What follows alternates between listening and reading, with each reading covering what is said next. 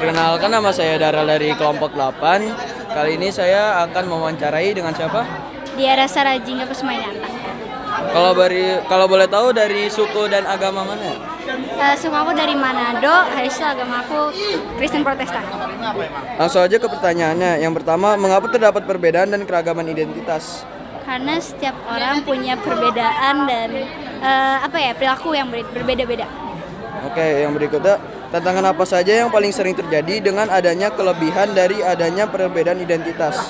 Mungkin kalau dari agama ya, mungkin dari pelajaran sekolah gitu, karena mayoritas itu Islam, jadi buat pelajaran Kristen tuh agak susah. Yang ketiga, bagaimana cara Anda mengatasi perbedaan antara identitas yang diharapkan atau diasumsikan oleh masyarakat? Sebenarnya caranya tuh tetap ramah ke semua orang, nggak mikirin perbedaan satu sama lain. Yang keempat, bagaimana pengalaman Anda hidup di lingkungan dengan mayoritas yang berbeda? Seru sih, karena ya bisa punya teman yang berbeda-beda, pengalamannya beda juga, agamanya beda. Yang terakhir, apa yang Anda dapat pelajari dari interaksi dengan orang-orang yang memiliki keyakinan atau budaya yang berbeda? Jadi tahu caranya menghargai, toleransi, banyakin sikap baik walaupun berbeda. Oke, makasih ya. Iya. Perkenalkan, nama saya Kakak Yani dari kelompok 8. Sebelumnya saya berbicara dengan siapa ya? Perkenalkan, sebelumnya nama saya Jultaniati Pasaribu. Saya berasal dari kelas 10C, saya ada di SMA Negeri 7 Depok. Kalau boleh tahu, agama dan suku kamu apa ya? Terlebih dahulu, agama saya adalah Kristen dan suku saya adalah Batak dari Sumatera Utara. Pertanyaan pertama, mengapa terdapat perbedaan dan keragaman identitas? Orang tua kita kan ini berbeda ya, jadi dari apa yang diwariskan dari nenek kita, dari orang tua kita membuat kita berbeda dalam hal identitas tersebut dan juga dari segi pandangan tingkah laku. Menurut kamu, tantangan apa saja yang paling sering terjadi dengan adanya kelebihan dari adanya perbedaan identitas? Yang pertama adalah pandangan, karena mungkin menurut aku itu A itu benar menurut agamaku, sementara menurut temanku A yang A ini nggak boleh sesuatu hal gitu. Jadi pandangan itu sangat bertentangan dengan kehidupan sosial kita sehari-hari. Yang ketiga, bagaimana cara kamu dalam mengatasi perbedaan antara identitas yang diharapkan atau diasumsikan oleh masyarakat? Yang pertama adalah menerima perbedaan tersebut. Yang kedua, berani untuk beradaptasi. Yang ketiga, membuka pandangan kita, nggak melulu, nggak selalu pandangan kita itu benar. Terkadang kita harus mengerti bahwa ada perbedaan yang kita sadar nih, oh iya ternyata pandangan kita tuh salah. Jadi harus terbuka terhadap pandangan yang baru dan juga tingkah laku yang baru. Bagaimana pengalaman kamu hidup di lingkungan dengan mayoritas yang berbeda agama dan suku? Pengalamannya cukup luar biasa lah ya, karena saya punya teman-teman kecil mayoritas Muslim.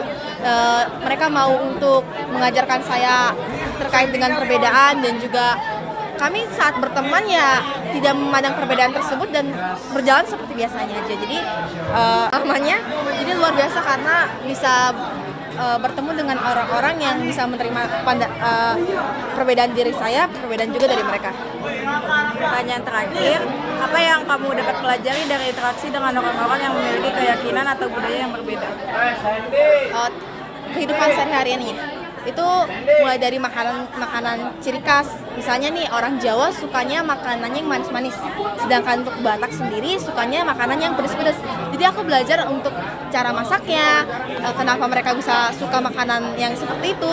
Juga dari interaksi tersebut, jadi aku semakin terbuka pandangan bahwa ternyata Indonesia ini kaya akan keberagaman yang bisa menarik wisatawan lain.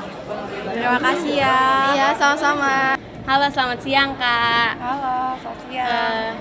Kami dari kelompok 8 mau wawancara kakaknya. Oke. Nama kakak siapa sebelumnya? Nama aku Anastasia Sembiring, bisa dipanggil Kak Anas. Dari suku apa Kak Anas? Dari suku Batak.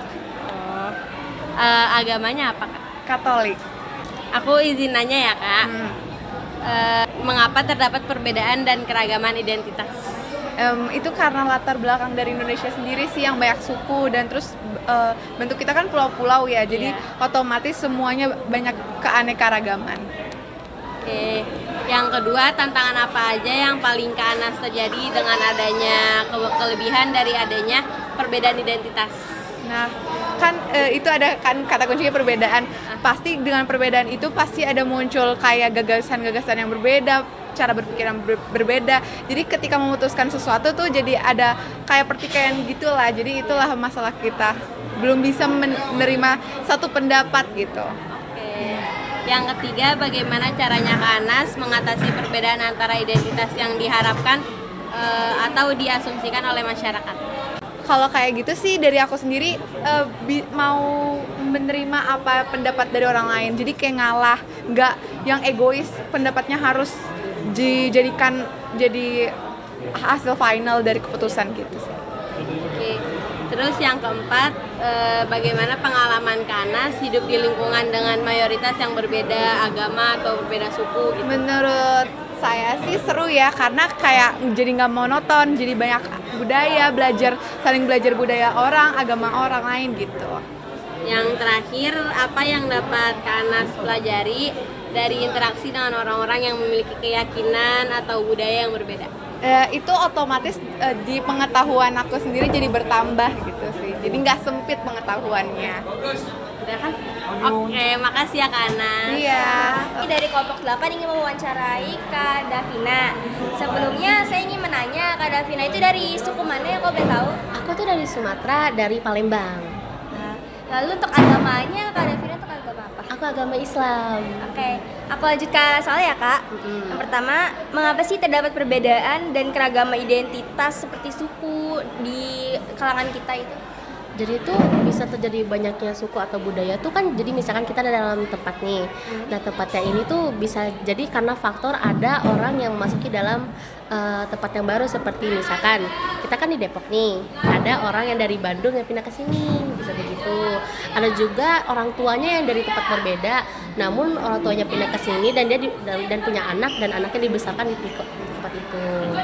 Lanjut ke pertanyaan kedua, tantangan apa aja sih yang paling sering Kakak rasakan dengan adanya kelebihan di perbedaan identitas?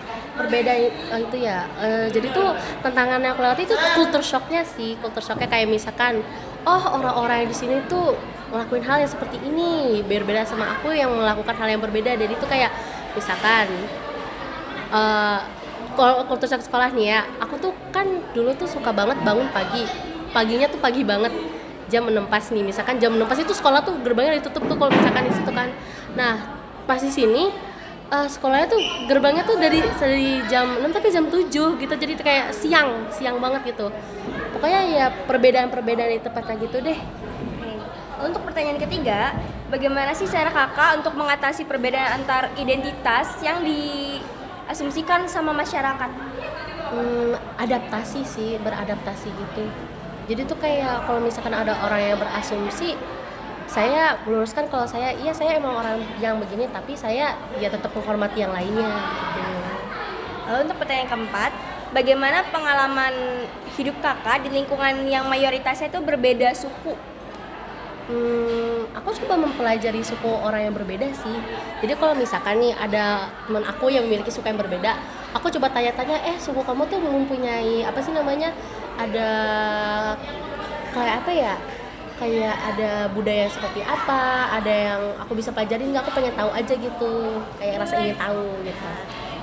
Lalu yang kelima, apa yang kakak bisa pelajari dari interaksi orang-orang yang memiliki keyakinan atau budaya yang berbeda dari kakak? Apa tadi pertanyaannya? Apa yang dapat kakak pelajari dari interaksi orang-orang yang memiliki keyakinan atau budaya yang berbeda-beda dari kakak? Yang aku dapat pelajaran sih itu ya tetap harus saling menghormati, saling memahami dan jangan pokoknya itu jangan memaksakan kepercayaan kita kepada orang lain. Iya benar, saling menghargai pokoknya. Kakak, terima kasih ya Kak sudah mau diwawancarai hari ini. Kalau kami dari kelompok 8 ingin mewawancarai dengan siapa? Saya Nur Safa Ramadhani. Kalau boleh tahu dari suku apa ya? Bugis. Lanjut ke pertanyaan, mengapa terdapat perbedaan dan keragaman budaya?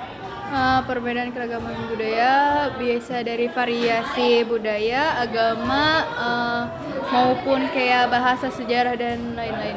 Oke. Yang kedua, tantangan apa saja yang paling sering terjadi dengan adanya kelebihan dari adanya perbedaan budaya? Tantangannya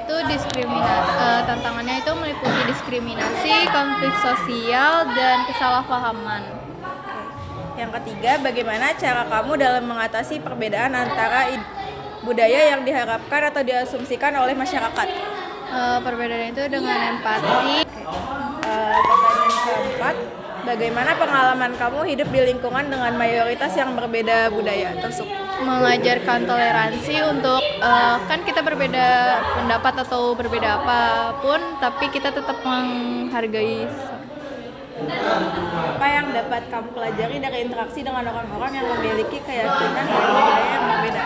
Kita bisa belajar menghargai perbedaan, terus maupun pendapat.